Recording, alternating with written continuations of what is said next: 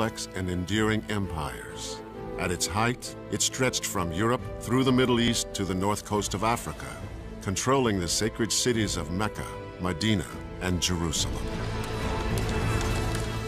Its swift spread was fueled by the fervor of Islamic holy warriors, known for the speed and power of their attacks.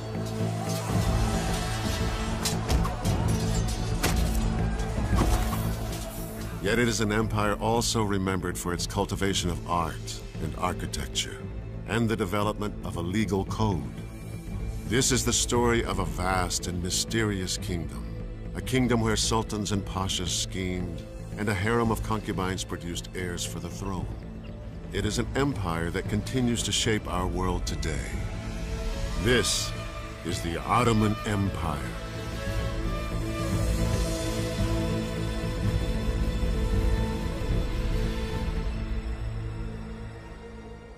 It was the dawn of the 14th century.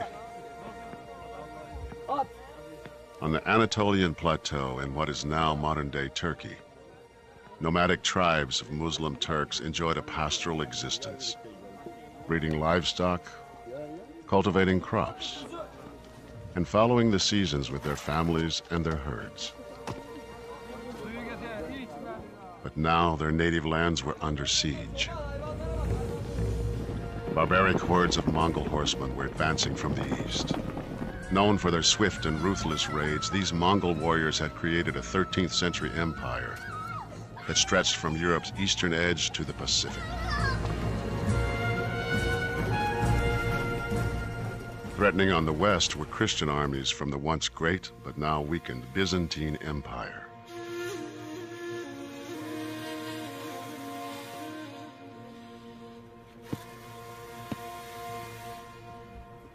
With their land and their way of life endangered from two sides, one man emerged as the tribe's leader. His name was Osman.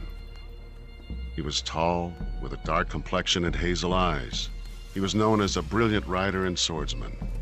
Osmanlı Devleti'ni kuran Osman Gazi'nin etrafında Osman was the founder of the Ottoman Empire. He surrounded himself with strong and brave soldiers, reckless men who were superior riders and could fire their arrows on the move. They were skilled in ancient Turkish Anatolian warrior tricks, ambushes, and hit and run tactics.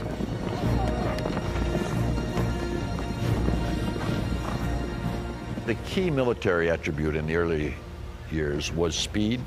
They moved very fast. They were excellent horsemen, and they used a very powerful short bow, which gave them major military tactical advantage over their enemies.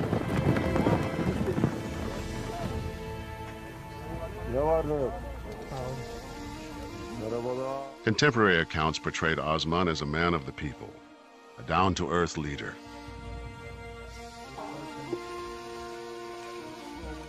He dressed simply, ate with his men, and shoed his own horses. He ruled from the saddle. Osman must have been a charismatic individual who combined that with a steady stream of military successes. And as the word spread that those who fought with Osman won, more and more people were attracted to his banner.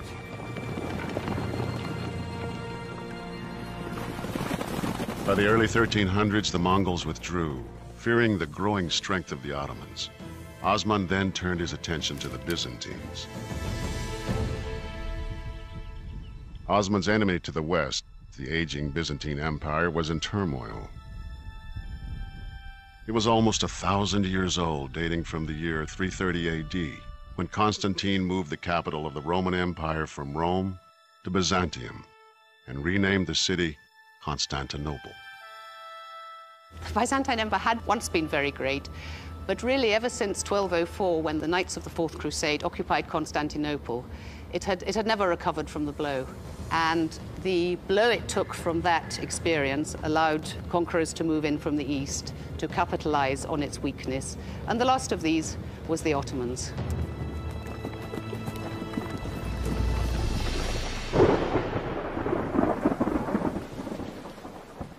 In the spring of 1302, fate smiled on Osman and his followers.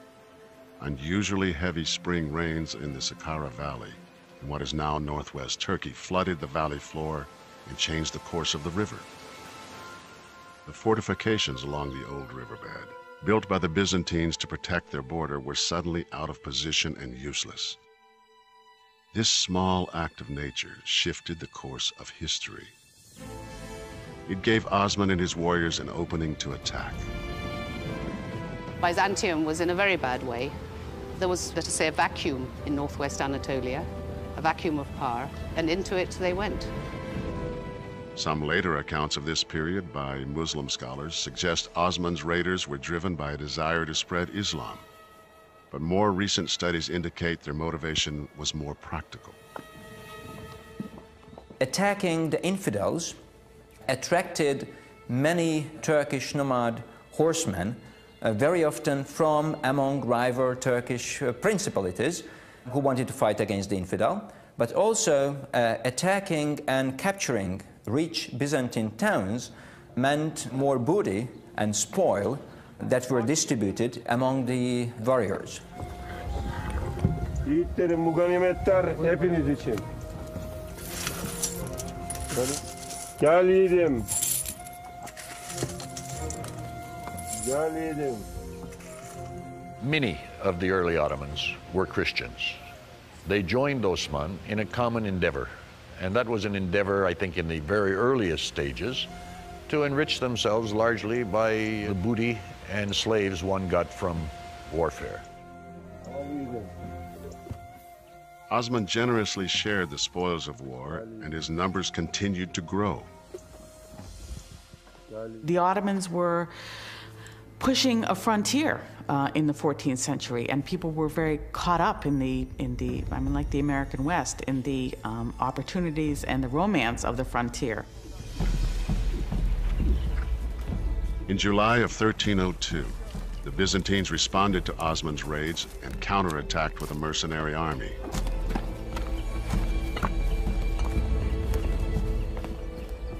Osman used tactics he had learned from the Mongols. He dispatched a small squad to lure the Byzantines into a deadly ambush.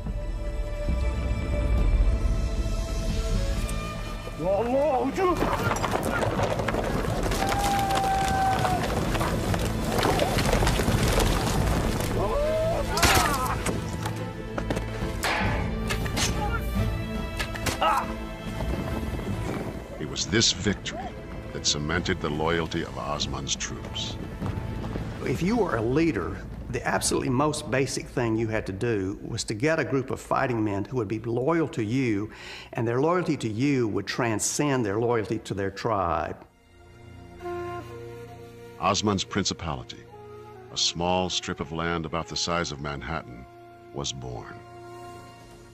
By 1307, his fighting force, which began with less than 400 soldiers, numbered over 4,000. His followers became known as Osmanlis. Western languages translated the word as Ottomans. Osman's power grew not just from the force of his personality, but also from the belief in his divine right to lead. Osman and his followers were Sufis, members of a mystical sect of Islam that was popular on the frontier because it didn't require praying in mosques or reading from the Quran. Some Sufis worshipped in part through dance. Practitioners were known as whirling dervishes. Although we call it a dance, it's not really a dance. It's a practice for that individual to forget himself, to get connected with the universe, to feel the universe, to feel the God through that way. One night, Osman had a puzzling dream. According to a treasured Ottoman legend, he envisioned a tree growing out of his navel. Its branches spread throughout the world. He asked the Sufi sheikh to interpret the vision. That Sufi sheikh told him that the dream meant that he would be the founder of a huge empire with many peoples under his sovereignty, and that this empire would encompass large territories and would bring much glory to the House of Osman and to Islam. Osman married the Sheikh's daughter. With the birth of their son, Orhan, the great Ottoman dynasty was born. Şunu buraya kilitleyeceksin Osman'ım. Çenenin altına. Together, father and son built an army that would dominate its enemies. During the next 20 years, they plundered the surrounding countryside, expanding their territory at the expense of their rivals. Their attack was swift, but their treatment of the vanquished was fair. Unlike other conquering powers of the times, the Ottomans granted religious freedom to Christians in conquered territories. This policy would lay the foundation for the future success of the empire. I think the most important point to keep in mind about the early Ottomans is that they judged people on what they had to contribute, not ethnicity, not race, not religion. Any of the markers we use today simply don't seem to have been very important. By the time of his death in 1324, Osman had fathered an enduring dynasty. His son Orhan would build on that legacy, creating a powerful Muslim army that would soon be knocking on Europe's door. In 1324, Orhan replaced his father Osman as the leader of the Ottomans. While the father had rallied a tribe of nomads to fight for survival, the son wanted war. Orhan wasn't satisfied with capturing tribes and controlling small villages. He had bigger and more well-defended targets in mind, and new tactics were required. The first real city they take is the city of Bursa, and we know that they took it by building two castles, one on either side of the city, outside the walls of Bursa, and basically blockaded it, starved it into submission over an 11 or 12-year period. When the city finally surrenders and Orhan, the conqueror, goes into the city, he sees dead bodies and he asks the commander of Bursa, "What are all these dead bodies?" And he said, "Most of them died of starvation," which is why we ended up surrendering the city. Orhan made Bursa his new capital and declared himself king or sultan. The next challenge was governing this new territory. We can assume that Ottomans learned a lot from those people who were living in these urban centers. They acquired knowledge about architecture, they acquired knowledge about decorative styles, they acquired knowledge about how to live in an urban environment. Orhan established a monetary system and issued coins. He opened schools and built both a mosque and a monument to his father Osman. It didn't take too long before the once nomadic Ottomans took to city life, moving from tents into stone and wood houses and developing carpentry and farming skills. Now a regional power with control of trade routes, the Ottomans were a force to be reckoned with. The Ottomans managed to take some of the fortified towns of Byzantium that gave them more prestige and attracted more warriors to their camps. At the same time, in the neighboring Byzantine Empire, a continuing conflict between Emperor John Cantacuzene and a rival faction had erupted into civil war. The Byzantines had once ruled the civilized world, from the Danube to Damascus. But now Byzantine Emperor Cantacuzene was struggling to retain power. He asked his neighbor and former enemy Orhan for help. Orhan agreed, seizing the opportunity to profit from Cantacuzene's weakness. And he was given the emperor's daughter in marriage as a thank you. The bargain helped them both. With Orhan's support, Cantacuzene defeated his enemies and remained in power. But Orhan got the better deal. In the early 1350s, under the guise of helping Cantacuzene, Orhan ordered 6,000 of his troops across the Dardanelles.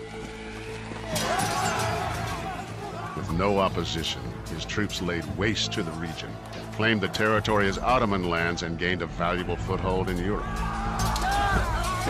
This marked the beginning of the Ottoman Empire's westward expansion into the Balkans and beyond. Over the next 16 years, Orhan continued to expand his territory and consolidate his power. In just 60 years, the Ottomans had risen from a tribe of nomads to become rulers of more than 500,000 people. In 1362, after a 38-year reign, Orhan, the first Sultan of the Ottoman people, died. His son, Murad I, continued the aggressive expansion of the empire, following the same policy of tolerance as his predecessors: conquer and tax, rather than conquer and convert. The Ottomans acted in a tolerant way, but not out of any philosophical commitment to something that we would call tolerance today, but for reasons of state. It was easier to subdue territories rather than to try and convert everybody. The Ottomans' policy of religious tolerance made administering conquered territories much easier. It reduced resistance and diminished the chance of revolt. In many areas, Christian subjects welcomed the Ottomans more as liberators than as oppressors, paying less tax to the Ottomans than they had to previous rulers.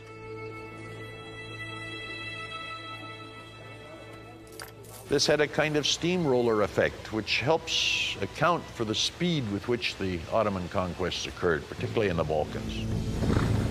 They simply rolled through whole areas because, yes, they fought. Whenever somebody stood out against them, they fought, and they won. But I think for every place they conquered by force of arms, they probably conquered 2 places by just a very effective PR system. But for Murad, new Christian subjects offered a greater opportunity. He devised a plan to create a fierce and loyal cadre of troops. Ottoman officials descended on towns in Christian territories, ordering young boys of the village to come forth for inspection. The villagers would display their youth, and the Janissary officer would go from one to the other. Height, weight, proportions. The officer would select the ones he thought would be best and took them with him. Those selected became conscripts in Europe's first standing army, an army that would transform the continent's military landscape. They were known as new troops, or Janissaries. At first, panic spread throughout Balkan Christian communities when the Janissary recruiting officers arrived. It was a process which entailed these children being dragged, literally dragged and forced out of their families. Families begged local priests to delete their sons' names from parish registers. Some parents arranged marriages for sons as young as 12 to take advantage of the marriage exemption. But over time, attitudes changed. Families realized how prestigious the path was. They knew what a promising career this could entail, and indeed not few of the more successful recruitees into this system later became very important high-ranking officials in the Ottoman state who did not forget where they came from. New recruits were brought to the Ottoman capital and converted to Islam. Allah, Allah, eyvallah. Allah, Allah, eyvallah. They underwent intense physical training and were drilled in the arts of war. The training of the Janissaries was very thorough and, to a certain extent, ruthless. There was a physical training, weightlifting and wrestling. They practiced the various formations. There was archery practice regularly twice a week. When their military training was complete, they were tattooed with a number and a symbol and sent out to work. First, they were sent to Turkish families. It was a very heavy physical work, farming the land. When they returned, their physical shape was much better. They were much stronger, and they knew the language. The strongest and brightest were sent to special schools to finish their education. Janissaries who entered what are called the palace schools got a very broad education. They were trained in Arabic, Persian, Turkish. They were certainly trained in the Islamic sciences. Everyone was taught a skill.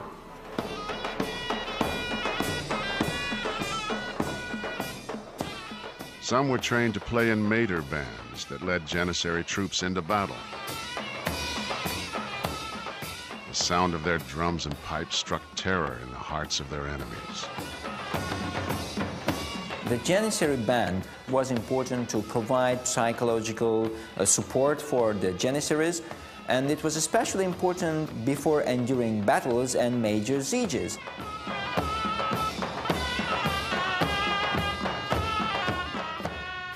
Janissaries who demonstrated extraordinary bravery were rewarded in later life with transfers from military service to civil service.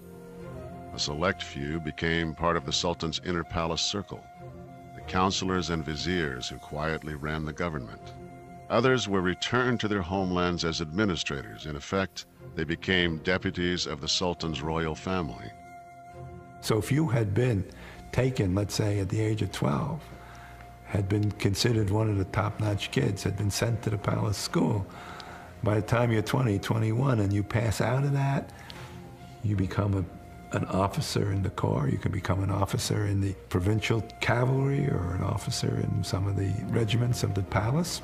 And eventually you rise up and you could even become the Grand Vizier. The only thing you couldn't become is the Sultan because you're not a member of the dynasty. Whether as soldiers, advisors, or administrators of far-off lands, the Janissary's sole loyalty was to the Sultan. Murad's revolutionary concept gave him firm control over all his inherited and conquered lands, and turned the Ottoman state into a true empire, reaching deep into Europe. In 1389, Murad was 70 years old and still leading his troops into battle when he was mortally wounded in Kosovo. According to legend, as Murad lay dying, he named Bayezid, his younger rather than older son, to succeed him. Brooking no rival, Bayezid immediately ordered the murder of his older brother Yaqub. Murad's radical departure from eldest succession would set a deadly tradition and define the Ottoman dynasty for centuries. This whole question of being an Ottoman prince, you were going to have to kill all of your brothers, or they were going to have to kill you. It's hard to imagine. As you grow up, living what for us is the unthinkable. Over the next decade, the Ottoman Empire descended into chaos and civil war until a new sultan emerged as one of history's great conquerors.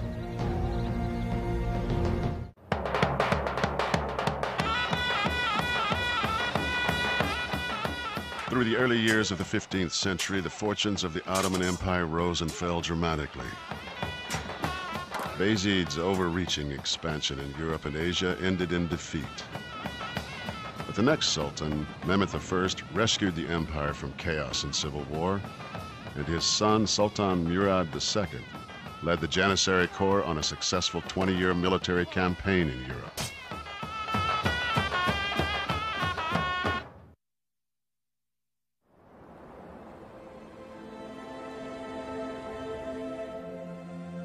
By the year 1444, after 23 years in power, Sultan Murad II was exhausted.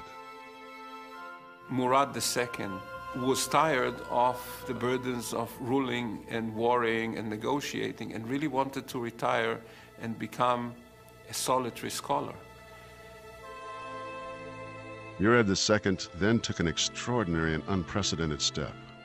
He abdicated and handed over the monarchy to his 12-year-old son, Mehmed II.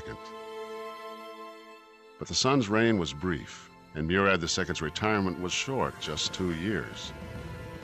The rise of a coalition of his old enemies, including Hungary and Venice, sent Murad II back into battle. This time, he remained sultan until his death in 1451. When his son Mehmed II assumed the throne for the second time at the age of 19, he felt he was ready. But the Janissaries, still loyal to his father, were skeptical and rebellious. The troops, the Janissaries and others, are used to looking to the father for leadership and guidance. And this young kid comes on the scene and people say, well, why should we take him very seriously? As the empire again edged close to chaos, young Mehmet's enemies circled, watching and waiting. He needed a bold stroke, a conquest that would win over the skeptics. He turned his eyes to Constantinople. Constantinople was a mythic place for the Ottomans.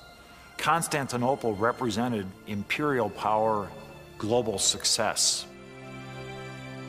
Sultan Mehmet, gerekse onun hocası Akşemseddin, Molla Gürani ve onunla A primary motivation to capture Constantinople for Mehmet II were the words of the Prophet Muhammad himself, who said, conquering Constantinople would take a glorious army led by a superb commander. Müjdesini verdiği güzel asker, güzel komutan olmak hedefi idi. Mehmet had the confidence of a brash 19-year-old. He banished the Janissaries who challenged his rule and demanded a pledge of loyalty from those who remained. The conquest of Constantinople was actually a message to rivals in the Ottoman power structure that he was challenging their authority. Mehmet immersed himself in military manuals, studying the tactics and weapons of the world's most successful armies. Mehmet 19 yaşında ikinci defa tahta geçtiğinde Mehmet was willing to do whatever it took to achieve his goal. He was studying day and night, and he was even dreaming about it. Once he ordered his vizier to the palace in the middle of the night, and he told him, Pasha, Pasha, I can't sleep because my mind is filled with thoughts about conquering Constantinople. How are we going to do this? alaraktan Paşa Paşa İstanbul'un fethini düşünmekten uyuyamıyorum. In the spring of 1452, Mehmet ordered the construction of a new fortress just 6 miles from the outer walls of Constantinople. Wanting it completed quickly, the Sultan, with all the energy and impatience of youth, worked side by side with the stonemasons. Rumeli Fortress was completed in just 4.5 months. He built, almost overnight, this enormous castle on the European side of the Bosphorus at one of the narrowest spots on the Bosphorus as a companion to a castle that already had been built by an earlier Ottoman sultan on the Asian side. Together, these two fortresses would make it nearly impossible for supplies or reinforcements to reach Constantinople. Any ships that came from the Black Sea that tried to break through to help Constantinople from that side, he would shell with artillery. Simply being there cut off the ability to in any way provision the city. And that is reminiscent of what we'd seen even a century or so earlier when the Ottomans traditionally built fortresses outside of cities that they wanted to conquer and starve them into submission. But Mehmet was not content to just wait. He marched 6,000 fresh troops into his new fortress. His intentions were clear. Byzantine Emperor Constantine XI was terrified. He immediately began to fortify the city. Imperial Constantinople in 1453 was an enormous walled structure with a few villages inside, very scattered centers of population, that basically the city had become depopulated. Yeah. While still the crown jewel of the dwindling Byzantine Empire, Constantinople was no longer the majestic, thriving capital it had once been. The population had shrunk from almost 1 million at the end of the 10th century to just 40,000. But as a fortress, it was still almost impregnable, with 14 miles of reinforced stone walls. In some places, 2 lines of walls as high as 40 feet. It was one of the strongest fortifications of its time. You can't imagine they're ever being conquered by anyone. Those great walls are what kept Constantinople from being overrun by its enemies for centuries. Burası İstanbul'un kara tarafındaki kapılarından bir tanesi. This gate is one of the entrances to Constantinople. In times of peace, the Byzantines would open these gates to the public and to soldiers so they could enter the city freely. But in wartime, when the city was under threat, they would wall up the gate like this and block the entrance in order to keep the enemy outside. As you see here, the last wall built into this gate was when Mehmet II prepared to attack the city.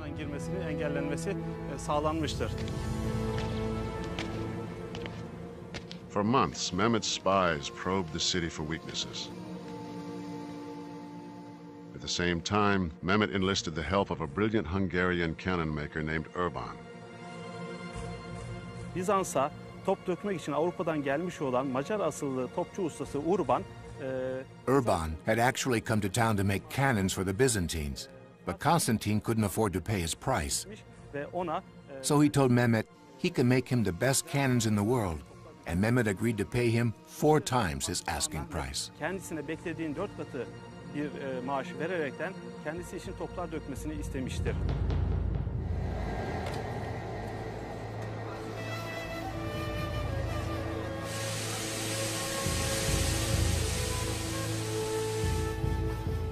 Urban built a battery of advanced artillery pieces, including the world's largest cannon. With a barrel measuring 26 feet long, the giant weapon could fire a 1,000-pound cannonball over a mile. The explosion could be heard 10 miles away. On the eve of the battle, Constantine sent a message to Mehmet. As it is clear you desire war more than peace, so let it be according to your desire. I will defend my people to the last drop of blood. The supreme God calls us both before his judgment seat. Mehmet responded, "The holy war is our basic duty as it was in the case of our fathers. Constantinople, situated in the middle of our domains, protects our enemies and incites them against us. Conquest of this city is therefore essential to the future and safety of the Ottoman state." On April 6th, 1453, the siege of Constantinople began. April 1453, just 2 years after becoming Sultan and just 9 months after completing the Rumeli fortress, Mehmet II was ready to attack Constantinople. Outside the fortress city, 100,000 soldiers, including a corps of elite Janissaries, massed beneath the towering city walls. The troops donned chainmail armor and readied their weapons. Inside, Christian defenders braced for an attack. Bizans'ın savunması için The Byzantine army had about 9,000 soldiers. Of course, this number was nothing compared to Mehmet II's army of 100,000 soldiers. bu büyük surlar, 2 katlı ve büyük bir hendeği olan bu surlar But the Byzantines had tremendous confidence. They believed their giant moat and 2 lines of walls were invincible in defense of Constantinople. tutmasında Fatih'in 2 avantajı vardı. Mehmet's troops moved their siege towers and catapults into position and anxiously waited for the order to attack.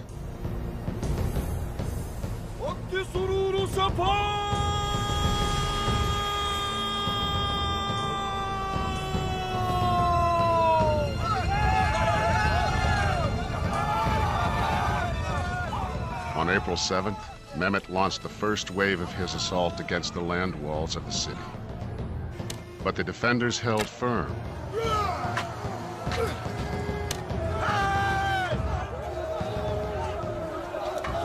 Birinci surdan sonra esas sura, bu büyük sura doğru ilerleyerekten The Ottoman soldiers who managed to get past the moat and the first line of walls ran up ladders that they leaned on the second line of walls. But the soldiers on these ladders came up against hot burning oil called Greek fire. This Greek fire would incinerate anything, including people. Also, Mehmet had built mobile siege towers as tall as the walls themselves. But these towers were made of wood and leather, and the Greek fire would burn them all. A huge number of foot soldiers who were not the elite Janissaries were used by Mehmed II as cannon fodder. And they were doing the initial damage by softening the city.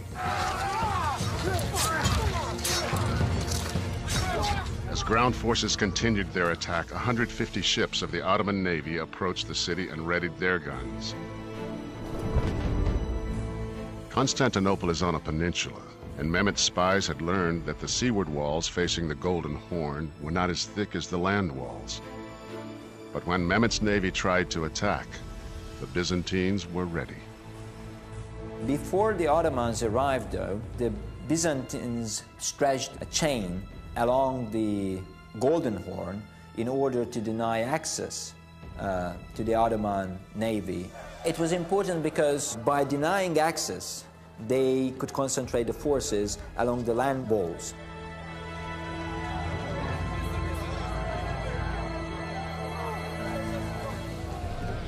Then Mehmet devised a remarkable plan. If he couldn't break through the blockade, he'd go around it. He would take 80 ships overland over a ridge 200 feet high and down again to the water on the other side. It is quite extraordinary when you think about ships weighing many tons, several tons at least, being dragged on rollers up a very steep hillside for several miles and then being pulled down those rollers several more miles. You have this vision of hundreds of oxen and thousands of log rollers, probably greased with some substance or another, and men screaming and pulling in this very dramatic scene. And it probably terrified the wits out of the Byzantines.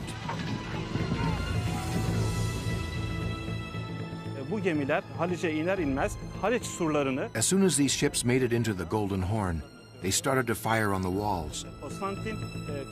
Constantine redeployed troops from the land walls, but this created a serious weakness in their defense. At the same time, teams of oxen and hundreds of men dragged Urban's monster cannon into position to assault the land walls. The giant cannon could only be fired 3 times a day. It would get so hot after firing that the Ottomans had to use olive oil to cool it down to prevent it from cracking during firing.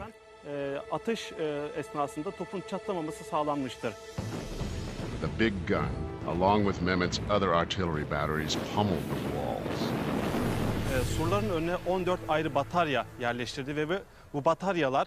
Mehmet had 14 artillery batteries positioned in front of the walls, and they fired day and night. To complement the big cannons, he developed a unique firing system for destroying the fortress. The cannons would aim at 3 points on the walls and fire continuously at these points.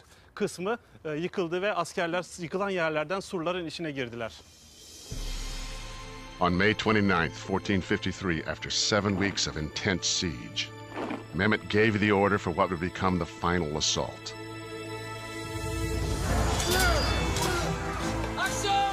First, a wave of irregulars weakened the Christian front line.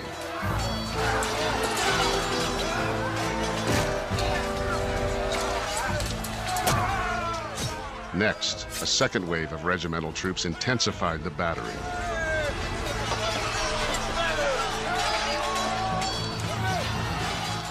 Finally, a force of 5,000 Janissaries held back until the decisive moment moved in. There were 2 reasons for that. One is that Mehmet didn't want to waste his best troops when it wasn't clear what the outcome would be. And secondly, the Janissaries were not that happy about being used as cannon fodder, and they expected to be thrown into battle when they could decide it, and of course reap the glory, which to a large extent they did.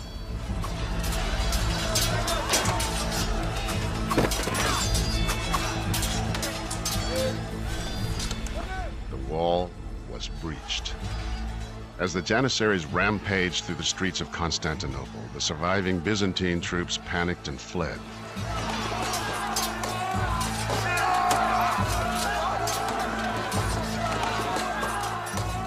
Emperor Constantine knew all was lost. He hurled himself into the midst of the enemy and was cut to pieces.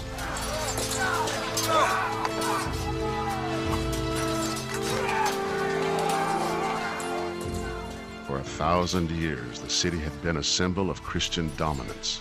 Now, the city of Constantinople was in Ottoman and Muslim hands.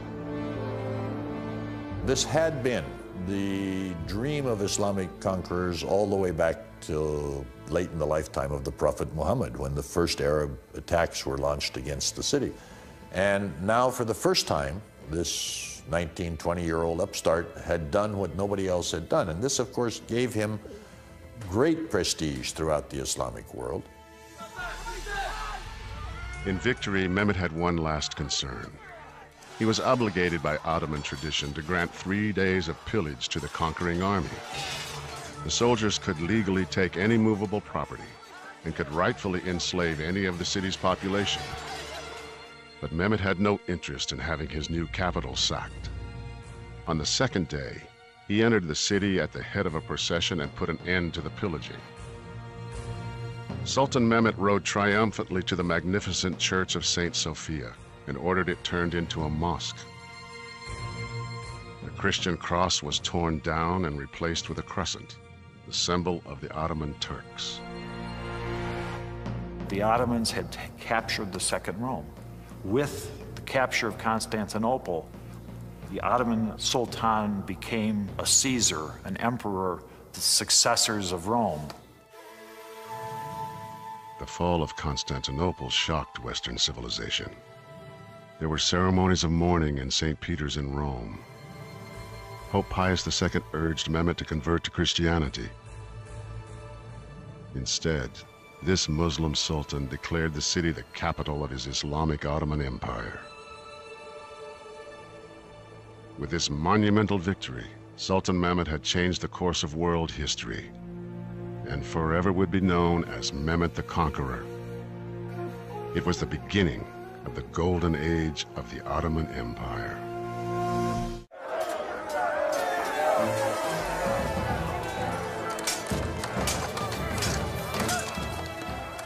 The conquest of Constantinople was a towering achievement for both the Ottoman Empire and its young Muslim sultan, Mehmet the Conqueror. Once he conquered the city on the 29th of May, 1453, something that had been the dream of Islamic rulers for 700 years, he got unbelievable prestige. Mehmet's new capital took on a new name, Istanbul. He quickly set out to rebuild. He refortified the battered city walls, rebuilt the city skyline, and commissioned his own great mosque. What he wanted to do was to make Ottoman Constantinople, Istanbul, into the rich and powerful city that it had once been, to protect the past, incorporate it into the present, and use it as a foundation for his own authority and power. With a location that bridged continents and cultures, the city had prospered for centuries through trade. The new sultan ordered construction of the legendary Grand Bazaar, still the largest covered street bazaar in the world, where textiles, crafts, jewelry, and spices were traded in an intricate maze of covered streets. The Ottomans stood across the major trade routes that connected Asia, China with Europe. And Europe dearly loved Asian goods, including the spices of the East Indies. But the only way they could get those was if the goods passed through the Ottoman world. Mehmet gathered whatever and whomever he needed. To revitalize the city's merchant class, he recruited tradesmen and craftsmen from across the empire. Everyone would take part in the city's rebirth. He invites people to come and says, if you'll come and settle in my city, I'll give you free houses, I'll give you tax breaks, I'll make it economically very attractive. There are islands in the Aegean that are emptied, that he simply packs them all up and says, well, you're going to move to my new capital now. Christians were invited back with the promise of protection. Jews in neighboring Salonika were encouraged to come to Istanbul. His idea was not simply to physically rebuild a city, it was to ensure that the city had a population with the urban skills, and that meant economic and business and trade skills, that would make it the capital that he wanted to have. New craftsmen brought new skills.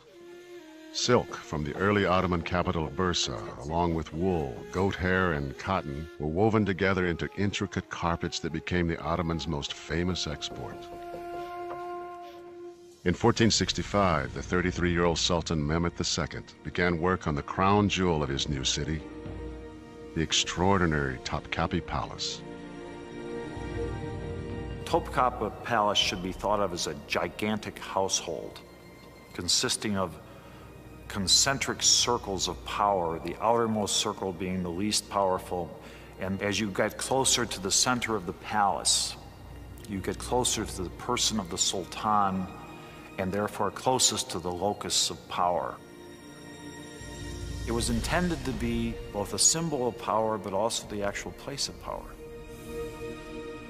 The massive 173-acre complex would ultimately include 10 mosques, 2 hospitals, 5 schools, 12 libraries, and 22 marble fountains.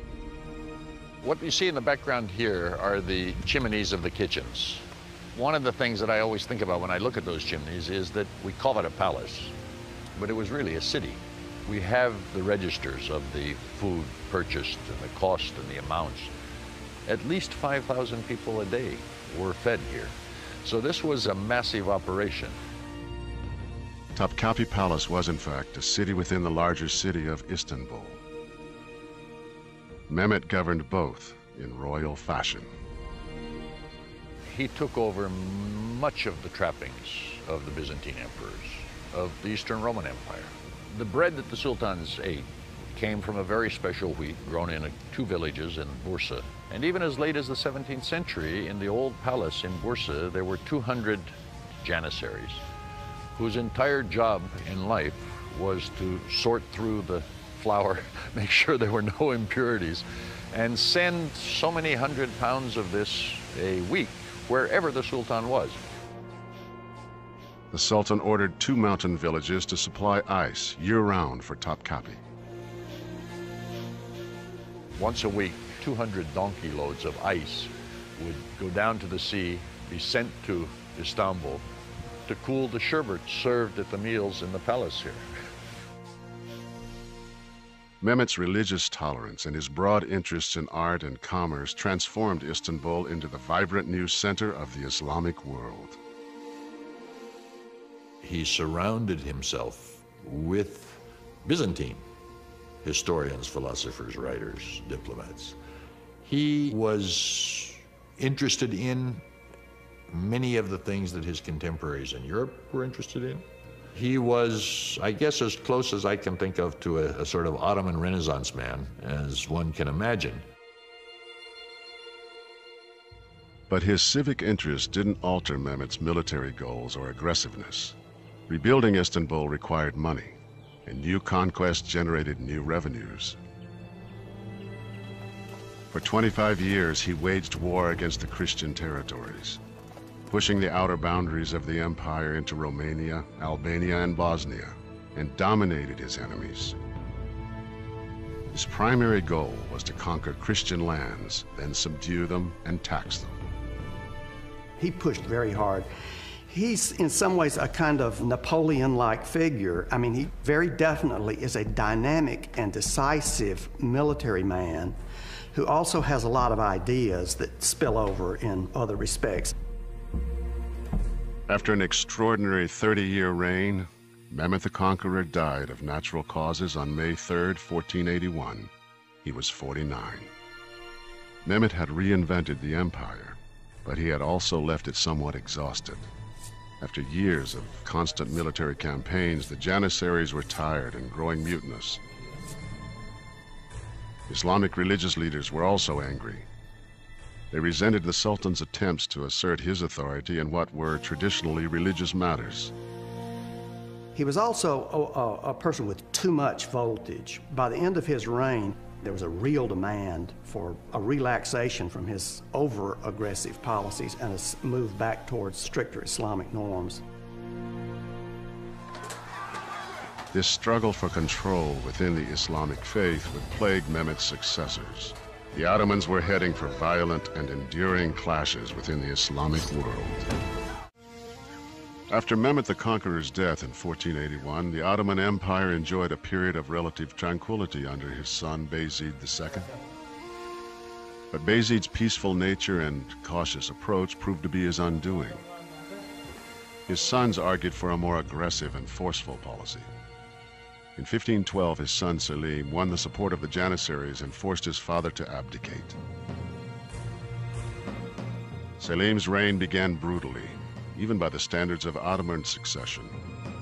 Some historians believe Selim poisoned his father. He then ordered his 2 brothers and 5 nephews killed.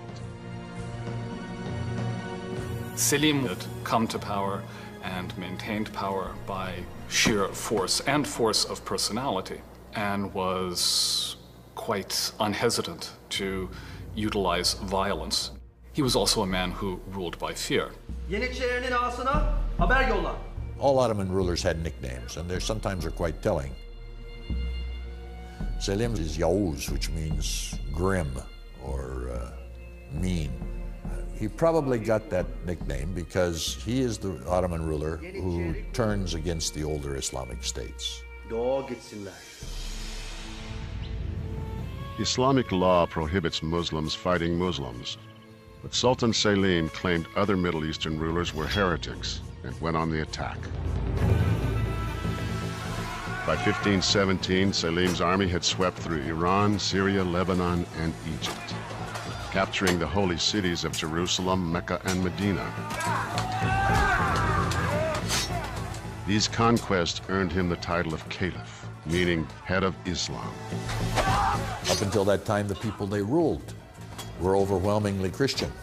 It's now that, for the first time, a majority of their population were Muslim. And of course, the conquest or the incorporation of the holy cities of Mecca, Medina, and Jerusalem for the Ottomans was a prestige factor. This allowed them to see themselves and be viewed by others as the leading Islamic dynasty. But Selim didn't live to enjoy his prestigious position. In 1520, just 8 years after becoming Sultan, he died suddenly of an infection. Had he lived, later Ottoman lore held that he would clearly have become Sahib Quran, that is, a world conqueror who had never been defeated in battle. He was likened to Alexander. In his short, violent reign, Selim had doubled the size of the Ottoman Empire and assumed leadership of the entire Muslim world. At the time of Selim's death, his only son, Suleiman, was the governor of Manisa province. With no brothers to battle, it was a rare instance of peaceful succession.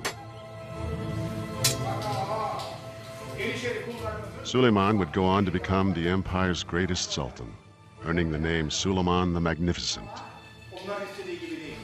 16th century Europe was dominated by young and dynamic leaders. England's Henry VIII, Francis I of France, the Habsburgs' Charles V, and Russia's Ivan the Terrible. Suleiman saw himself as a major player in this world and set out to prove it. Taking the throne at age 26, he immediately launched his first military campaign. Suleiman took it upon himself immediately to establish his own reputation as a ghazi, as a warrior for the faith. Suleiman was able to establish himself as a commander with whom to be reckoned. Suleiman's army, led by the Janissaries, pushed deep into the heart of Europe. The city of Belgrade fell in August of 1521. The next year, Suleiman's navy captured the island of Rhodes. Suleiman kept on the attack. In 1526, his army first entered and sacked Hungarian capital of Buda. 3 years later, his troops pushed all the way to the gates of Vienna. The Ottomans were now a force in European affairs. To expand the empire further, Suleiman knew he needed a stronger navy.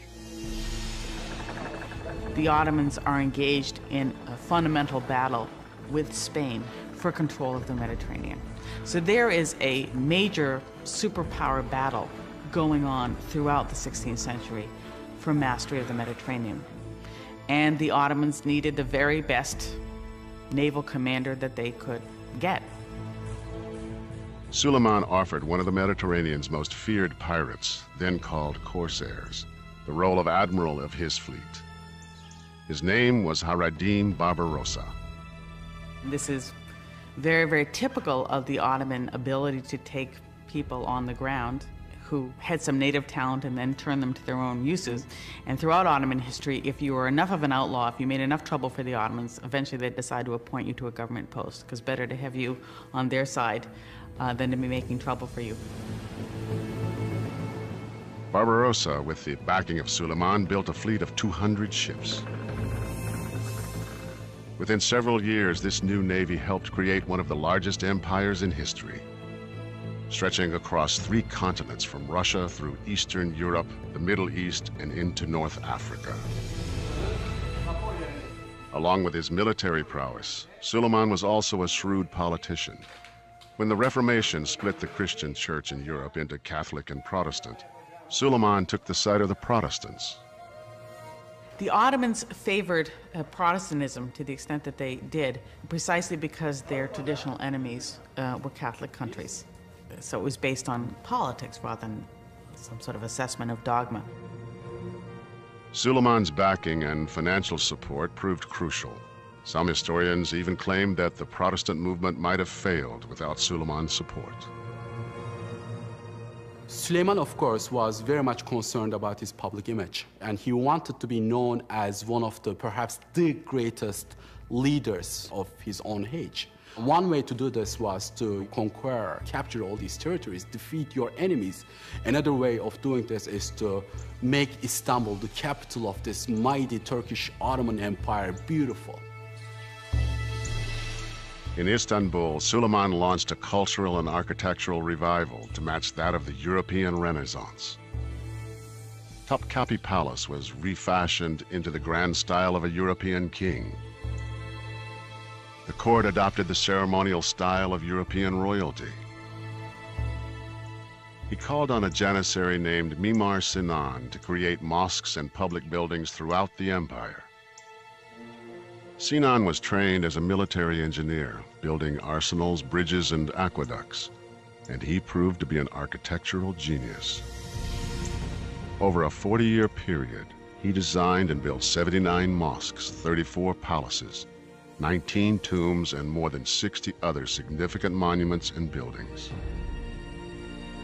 In a sense, Mimar Sinan played an important role in the public relations policy of Sultan Süleyman. He created all these structures to demonstrate the glory of Ottoman Empire and Sultan Süleyman's reign. To the Europeans, he became known as Suleiman the Magnificent, but to his own people, he was called Kanuni, the lawgiver. Suleiman developed a legal system based on precedent and case law that was consistent with the sacred law of Islam. He also insisted that all new laws be compatible with Western Christian tradition. Suleiman is known as the lawgiver because he presided over an unprecedented codification of law. But among all of Suleiman's adopted Western ways, nothing proved more significant than the simple act of falling in love and getting married. Suleiman's marriage not only reshaped his reign, it would alter the course of Ottoman history for the next century. Sultan Suleiman's decision to marry for love was unprecedented and shocking. For over a century, the Ottoman monarchy had relied on slave concubines, not wives, for the production of heirs. This traditional Islamic approach had practical advantages. It produced a steady supply of princes, and unlike European monarchies that were easily derailed by one barren generation, the Ottoman dynasty survived uninterrupted for centuries. The system of the imperial harem with its own rules worked, and the rules did not include marriage. For a dynasty, it actually has an advantage because one of the features of Islamic law about slavery is it says that a slave has no lineage. It's almost as if the Ottoman dynasty achieved a form of asexual production. Nowadays, in the Western world, we kind of think the harem as a pleasure den of the ruler. It was, in fact, an institution in which reproduction of the Ottoman dynasty was planned and enforced. The harem women were Christian slaves, either taken as prisoners of war or brought to the palace by government officials seeking favors. The Ottoman sultans and their concubines followed this very particular policy by which each concubine could only have one son. And the minute she's produced a son, she no longer sleeps with the sultan. No two princes should be disadvantaged by having to share a mother. In other words, every prince deserves his own mother. The word harem means forbidden, and the Sultan's harem was housed in a beautiful but very restricted complex within Topkapi Palace. Chosen for their beauty, the women of the harem were converted to Islam and schooled in the Quran. Their role was to tend to the Sultan and provide sex. They would be very attractive. Many of them were taught singing, perhaps playing a musical instrument.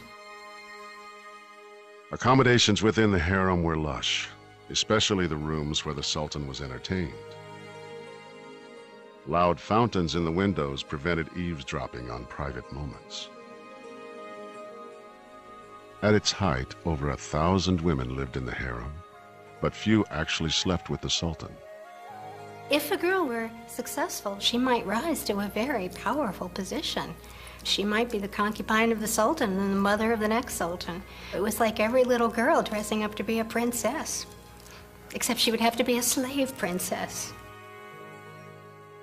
There was a strict hierarchy within the group. The most beautiful and highly trained women were allowed to sleep with the Sultan once.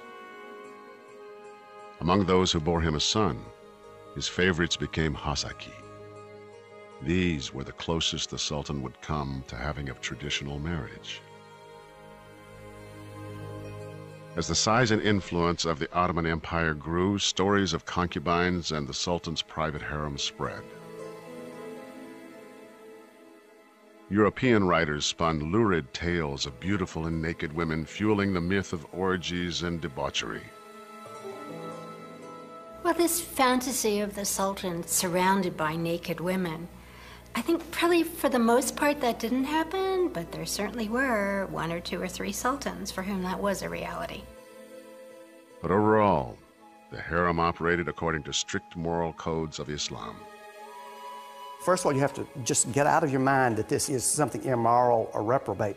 Islamic law recognizes to reproduce with concubines as a legitimate phenomenon. A man can take a female slave as a sex partner if she is willing. And then if he has children by her, those children are legitimate if he acknowledges them. The Sultan had his own private path into the harem, known as the Golden Road. The only other men allowed entrance were castrated male slaves called eunuchs, who guarded, protected, and trained the concubines. The chief eunuchs sometimes became high-ranking officers of the empire, serving just under the Grand Vizier or the Sultan's chief minister. This was a highly regimented world, until Suleiman placed his handkerchief on the shoulder of a Ukrainian slave girl named Roxolana. He instructed her to return it to his quarters that night, and thus began a romance that would change the course of the empire forever. She becomes his great love, and very special things are done for her. He breaks with a number of previous customs, traditions for her. The Sultan sold all his concubines as virgins and committed to an unprecedented monogamous relationship with Roxolana. She produced 6 children with him. People didn't quite understand why this Sultan is having so many children with her, why he's honoring her, and they start to call her Cadı, which is Turkish for witch. Then, in 1534, Suleiman made a highly controversial choice. He and Roxolana were officially married.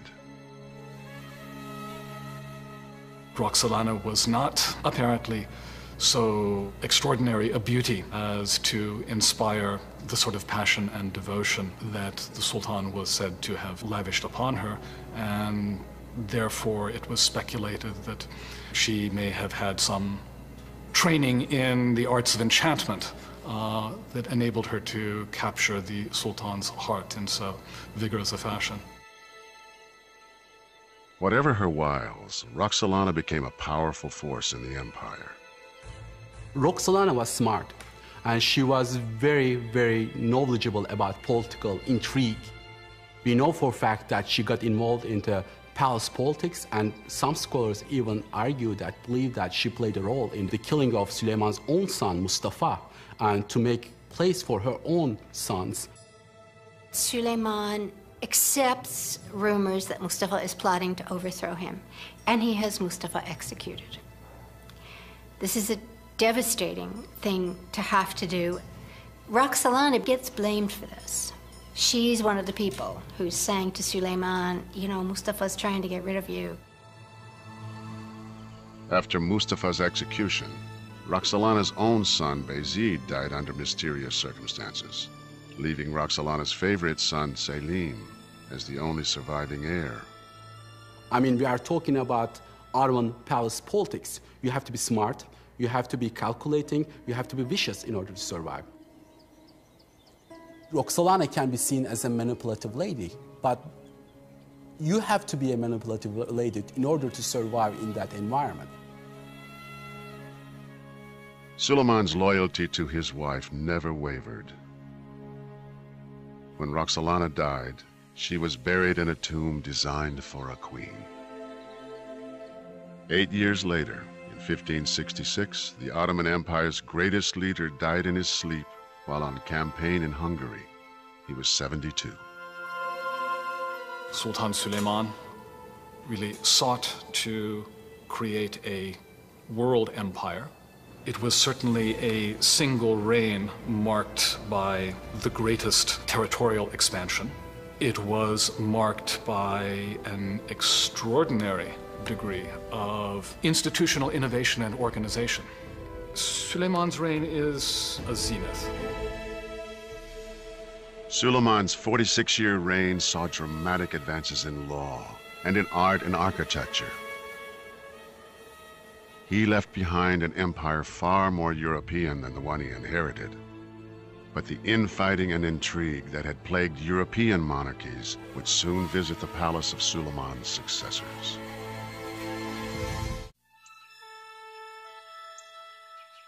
The 46-year reign of Süleyman the Magnificent marked the peak of the Ottoman Empire.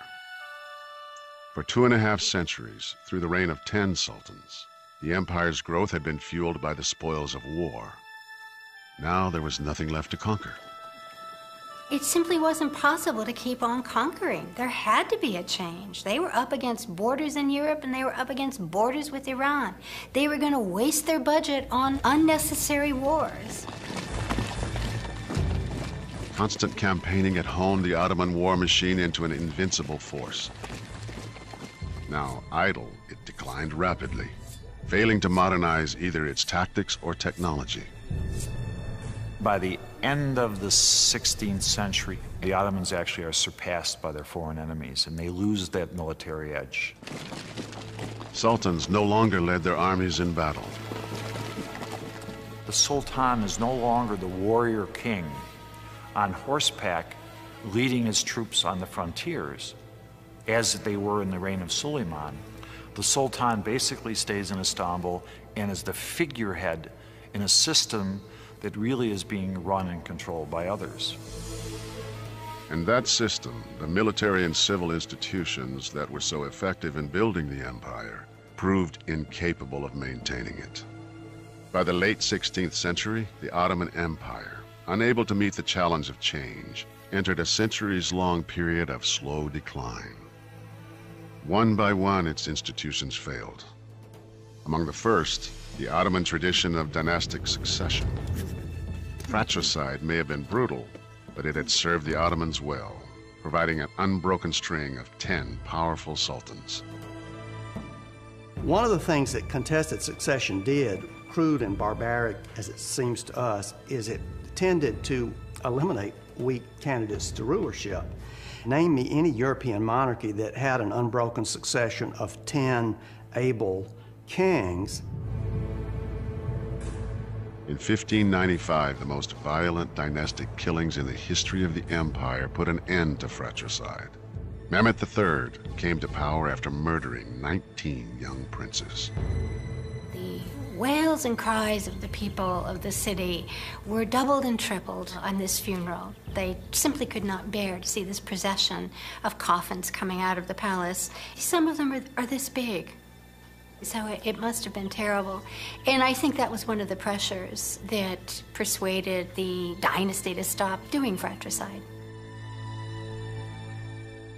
The sultans who followed Suleiman were, with rare exception, weak and inexperienced. Many were minors under the influence of the Valid Sultan or Queen Mother, and the palace fell victim to intrigue and infighting. The empire that had thrived for centuries with strong sultans and dominant armies now had neither. By the late 18th century, the Ottoman army, the war machine that had outmanned, outgunned, and outmaneuvered all its enemies, was in ruins. It was defeated by Russia's Catherine the Great in the Crimea in 1774, and was unable to stop Napoleon's invasion of Egypt in 1798. The mighty Janissaries, once the tip of the sword of the Ottoman army and the training ground for the viziers and advisors who managed the empire, had degenerated into a corrupt and lawless band of rebels. They were no longer effective on the battlefield, and they were out of control. Yeniçeriliğe uygun olmayan kişilerin askere alınması. Janissaries were revolting against sultans, demanding more and more money each day, refusing to fight on campaigns, disobeying orders, and ignoring regulations. Time to time, some sultans tried to straighten out the organization, but they all failed. In 1826, Sultan Mahmud II, one of the few competent sultans to rule after Suleiman, decided to act. He trained 10,000 new troops loyal to him and attacked the Janissaries. The plan was very carefully laid. One night, they fired on the barracks where the Janissaries were, and the loss of life must have been huge. There were Janissaries out in the provinces too, and they were hunted down and eliminated. The Janissary era was over. In a bloody show of force, Sultan Mahmud wiped out what was left of one of history's most celebrated fighting forces. The sophisticated civilian institutions that the Ottomans had developed over centuries, tax collection systems, administrators, a complex and fair legal system, were also failing. The empire's growth had been fueled by conquest and the taxes that new territories generated. Without growth and new revenues, corruption set in. Provincial officials began selling judgeships. Merit promotion gave way to bribery and nepotism. The infrastructure collapsed. The Ottomans also failed to develop a modern economy to replace their shrinking tax base. And they faced new competition. Over time, European powers developed new sea trade routes that cut the Ottomans out of the lucrative Asian silk and spice trades. The once glorious Ottoman Empire was becoming known as the sick man of Europe. Mahmud II's successor, Sultan Abdul Mecid, looked to the West for help in bolstering the fortunes and the image of the empire. He was influenced by the British aristocratic class and mimicked European styles in his dress and in his surroundings. He looks very elegant. He has a half cape and some gold buttons. He doesn't wear a kaftan, as previous sultans had of the classical age. In 1843, anxious for a symbol of success, he abandoned Topkapi Palace. As the economy and governmental systems were failing, the Sultan commissioned a new and more European-style residence. The magnificent Dolmabahce Palace took 13 years to complete. The 11-acre building featured 285 rooms, 46 ballrooms, 6 Turkish baths, and 68 toilets. Bu bölüm sarayın kristal merdivenler adı verilen bölümüdür. This part of the palace is called the Crystal Staircase. It was designed to impress visitors when they first entered Dolmabahce. Ayrıca merdivenlerin tam tavası In addition to the crystal balustrades, the ceiling itself is also built of crystal, so that the light that streams through forms a magnificent display of the 7 colors of the rainbow. The ceremonial throne room was one of the largest ballrooms in Europe, designed to host state affairs for 2,500 people. The 4.5-ton chandelier was a gift from Britain's Queen Victoria. Bu saray, Osmanlı Devleti'nin inşa ettiği ikinci büyük saraydır Topkapı Sarayı'ndan sonra. This palace was built to show the glamour and the wealth of the Ottomans to foreign diplomats. But the palace came at a great cost. The Ottomans had wars and economic crises, and spending billions of gold lira and tons of gold on the construction of Dolmabahce only made the financial situation worse. Bu bölgedeki devlet adamlarına ait The Ottomans have declared bankruptcy in 1876, and the Ottoman debt burden is crushing, and in fact, more Europeans work for the Ottoman debt administration in the empire than do Ottoman officials work for the Ottoman Ministry of Finance. The reign of Sultan Abdul Hamid II would lead the Ottoman Empire into the 20th century. He continued to try to rebuild the reputation of the crumbling empire. He commissioned the most prominent photographers of the day to document the best of the empire: schools, hospitals, and manufacturing. The Sultan personally presented over 1,000 photographs to the U.S. Library of Congress and the British Museum, hoping to convince the Western world of the Ottoman Empire's technological development and industrial advances. These pictures do not, however, tell the true story. As World War I approached, the Ottomans faced bankruptcy and economic disaster.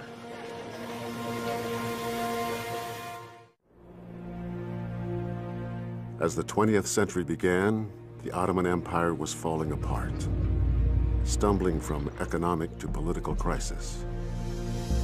It was quite difficult and problematic for Ottomans because we see the emergence of nationalism and nationalistic ideologies during this period, especially in the Balkans first.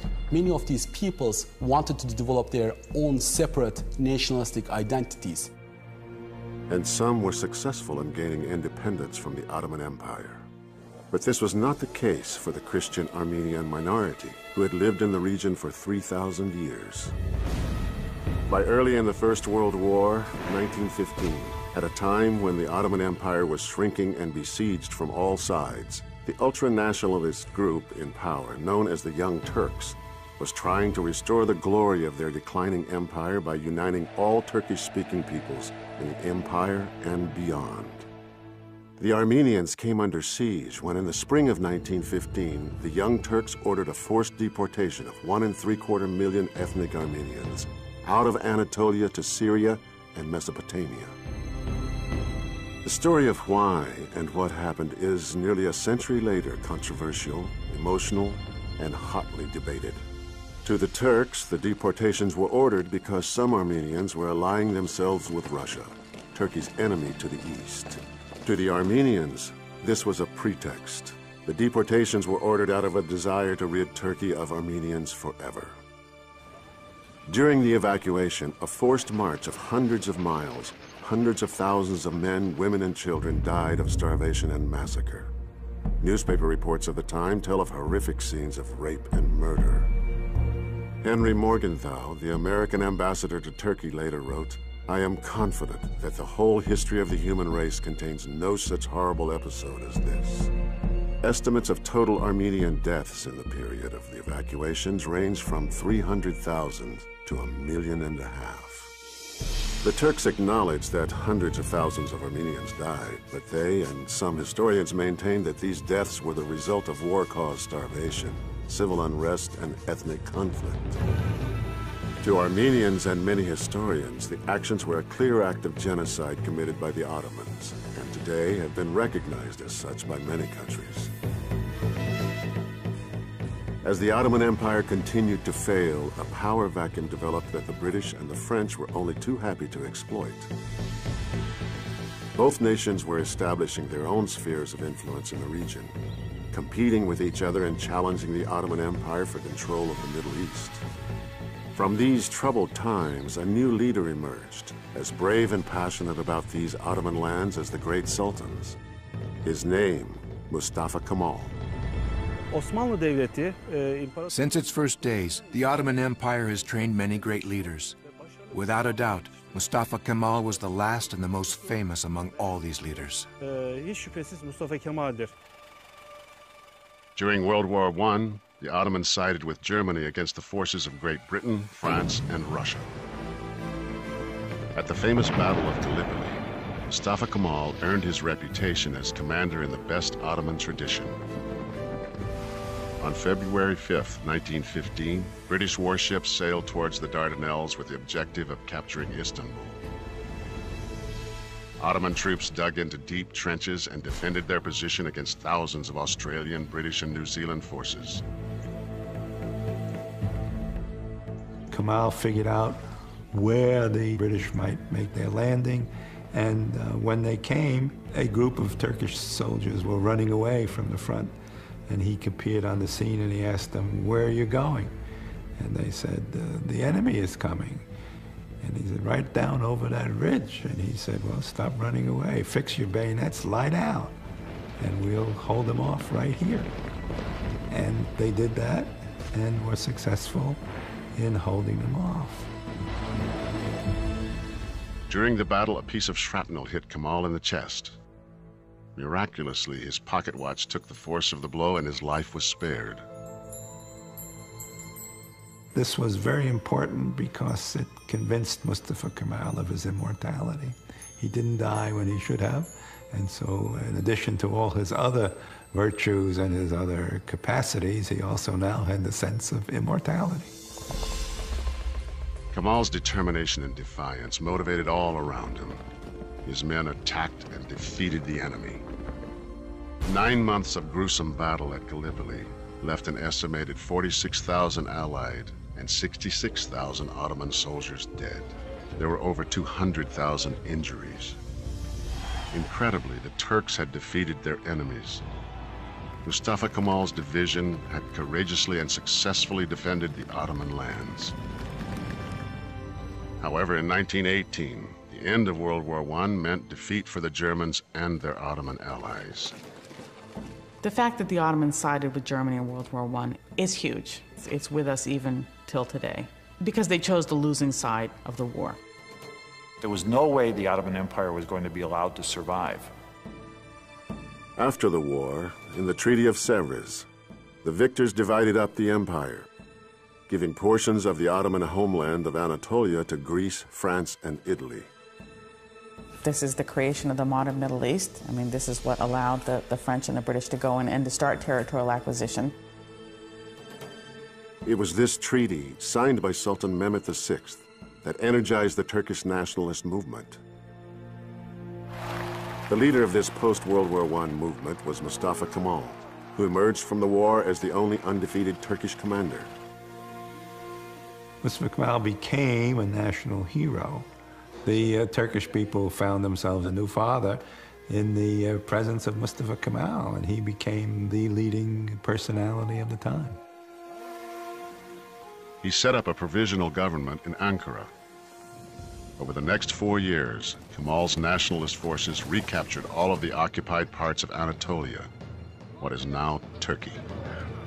He will always be remembered and venerated because there may not have been a Turkey if he hadn't led his troops, he and his fellow commanders, to secure some territory for the population.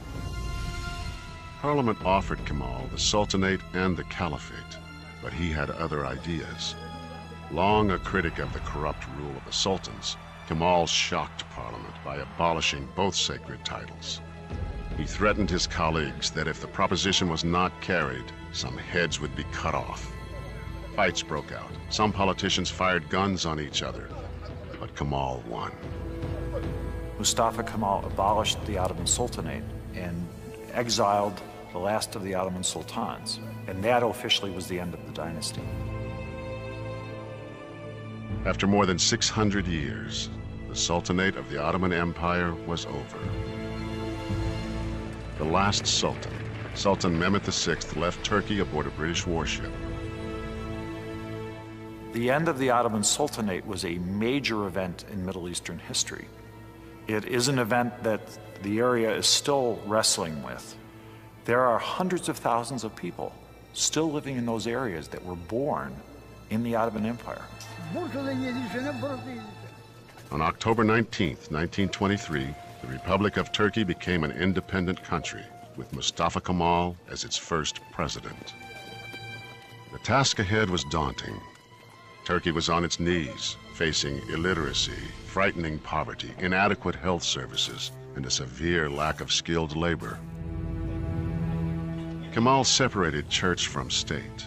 Religious garb was banned. Ottoman clothing, and in particular the fez, was forbidden throughout Turkey. Changing headgear, which may seem very unimportant, looking back on it now, but we have to remember it was a marker of status, a marker of your place in society, and by changing from the fez to the hat, he stated that Turks were now modern. He granted equal rights to women, including the right to vote, years ahead of many Western democracies. As part of his effort to westernize the country, Kemal introduced a new alphabet. Complex Ottoman Arabic was replaced by the Latin alphabet of Western languages.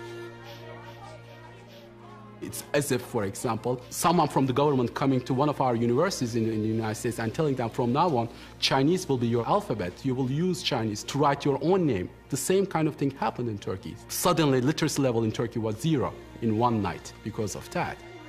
But Kemal's bold decision paid off. In just 1 year, 1928, literacy increased over 500%. Kemal instructed all Turks to adopt traditional Western-style last names. His was chosen for him. The Grand National Assembly gives him the name Ataturk, meaning Father Turk. Mustafa Kemal had a very strong personality. More importantly, perhaps, Mustafa Kemal knew what he wanted. Mustafa Kemal is responsible for making Turkey what it is today. Mustafa Kemal Ataturk is, I believe, one of the major figures of the 20th century. And on a global scale, I think could be ranked in the top dozen or 20 figures. On November 10th, 1938, Mustafa Kemal died at the age of 57 at the Dolmabahce Palace. The clock in his bedroom remains frozen at 9:05 a.m., the time of his death.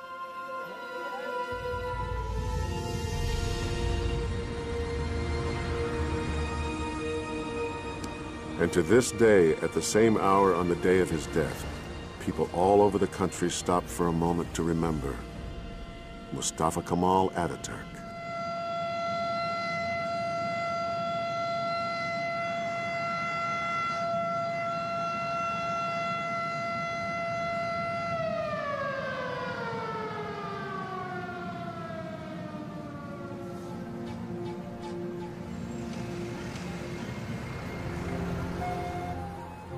Modern Turkey, sitting at the crossroads of Europe and Asia, continues to embrace both East and West, the old and the new. Its exotic blend of cultures, past and present, is most visible in Istanbul. Even today, with all of the skyscrapers that have appeared in other sections of Istanbul, the old section of the city is still dominated by these wonderful Ottoman imperial mosques and by the Topkapı Palace complex as well. The influence of the Ottoman Empire is felt not just in Turkey, but in the Middle East, the Balkans, North Africa, and the Arabian Peninsula. Osmanlı Devleti, tarihin gördüğü en büyük 3. imparatorluktur. The Ottoman Empire maintained power for nearly 600 years in 3 continents. During these 600 years, they constructed unique architectural monuments, created millions of artistic works, and raised numerous scientists and high-quality statesmen. In the end, the Ottoman Empire remains an empire of contradictions. It was assembled by the might of its war machine, yet remembered for its development of fair and just laws. It conquered people of many faiths, yet until its waning years, it was open to the cultures and religions of the vanquished. But most of all, the Ottoman Empire was enduring. From its beginning in the 14th century to its dissolution in the early 20th, it spanned the reigns of nearly 40 sultans and assembled one of the largest landmasses in history. And like all great empires, its legacy continues to shape our world today.